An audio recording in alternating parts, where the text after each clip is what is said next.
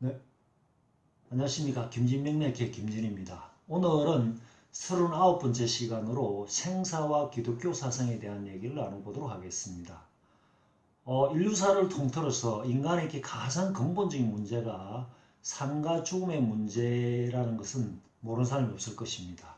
하지만 현실 속 망각의 시각에서는 삶은 영원하고 죽음은 멀리 있는 것으로 눈앞의 덕실에 사소한 감정을 억제하지 못하고 감정을 드러내는 것이 우리들의 일상이라고 할 수 있겠죠.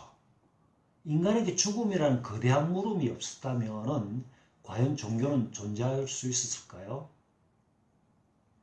인간의 삶이 다르듯이 각자의 종교도 천차만별이라 할 수 있겠죠. 마찬가지로 인간의 삶과 죽음 또한 여러 형태로 정의되고 있으며 사람마다 믿고 있는 방식 또한 다양하다는 것을 알 수 있을 것입니다.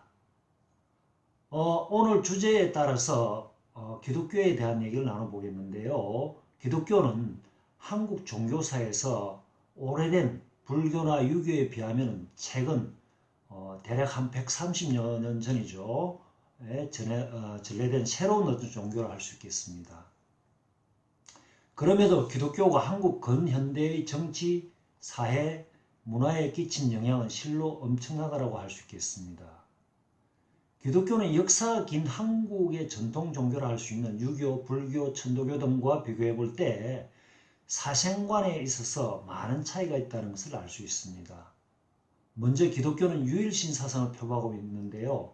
불교가 깨달음의 종교인 반면에 기독교는 신에 대한 절대 의존적이며 그 가르침의 본질은 사랑이라 할 수 있습니다. 역사에서 기원전 4세기 소크라테스는 아테네 법정에서 사형 선고를 받고 인생이란 고귀한 영혼이 비천한 육신 안에서 옥살이하는 질곡이요 죽음은 고귀한 영혼이 비천한 육신 감옥에서 풀려나는 경사라고 하였습니다. 이것은 죽음은 단지 영혼과 육체의 분리를 뜻하고 육체로부터 분리된 영혼은 오히려 육체의 속박을 벗어난 자유를 누리게 된다는 것입니다. 이것이 바로 그리스 철학자들이 믿었던 영혼불멸설로서 사도 바울은 기독교에서 고유의 영혼불멸설을 확립하였다고 합니다. 기독교의 궁극적 목표가 천국인 구원으로서 천국은 하나님이 천국 천사와 함께 성도를 기다리시는 곳, 부활하신 주님 예수 그리스도를 볼 수 있는 곳, 기쁨과 영광 그리고 빛이 충만한 곳으로 되어져 있습니다. 예수 그리스도의 대속, 즉 예수 그리스도께서 십자가에서 흘리신 피로 인류의 죄를 대신 씻어 구원하신 일, 대속신앙을 수용하고 믿는 자는 심판받지 않고 천국에 들어간다는 것입니다.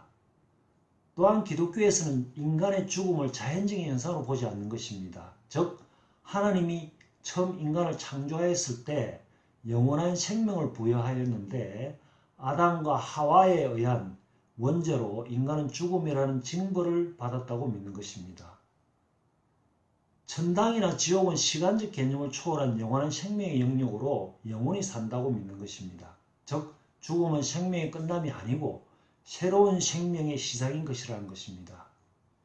그래서 그들은 시신 앞에서 눈물을 보이지 않고 오직 죽은 자를 하나님 곁으로 보내기 위하여 경건한 마음으로 찬송을 부르고 기도를 한다는 것입니다. 또한 우주 공간에 오직 한 분인 유일신 하나님 이외의 그 어떤 신도 인정하지 않기 때문에 우리나라 전통인 조상신을 모시는 제사조차 용납되지 않는 것입니다. 하늘나라에서 영화를 누리고 있을 조상의 영혼을 제약으로 가득 찬 세상에 초대할 이유는 없기 때문입니다. 인간에게 삶은 누구에게나 한 번으로서 유한합니다. 그래서 무한을 동경하고 영혼을 갈망하는 것은 당연한 일이라 할 수 있을 것입니다. 무신론자도 어려움이나 슬픔에 직면하면 본능적으로 신을 찾는 것은 자연스러운 일이 아닐 수 없는 것입니다. 이미 태어난 이상 누구나 번민과 죽음을 피할 수는 없을 것입니다. 그래서 비단 기독교뿐만 아니라 어떤 종교든 좋은 교리와 훌륭한 종교인들이 많은 종교에 번민의 답을 맡기는 것도 삶에서 좋은 한 가지 방편이 될 것이라고 생각을 해봅니다. 네, 오늘은 39번째 시간으로 생사와 기독교 사상에 대해서 얘기를 나눠보았습니다. 여러분들 유익한 시간이 되셨나요? 유익했다면 많은 후원 부탁드리겠습니다. 감사합니다.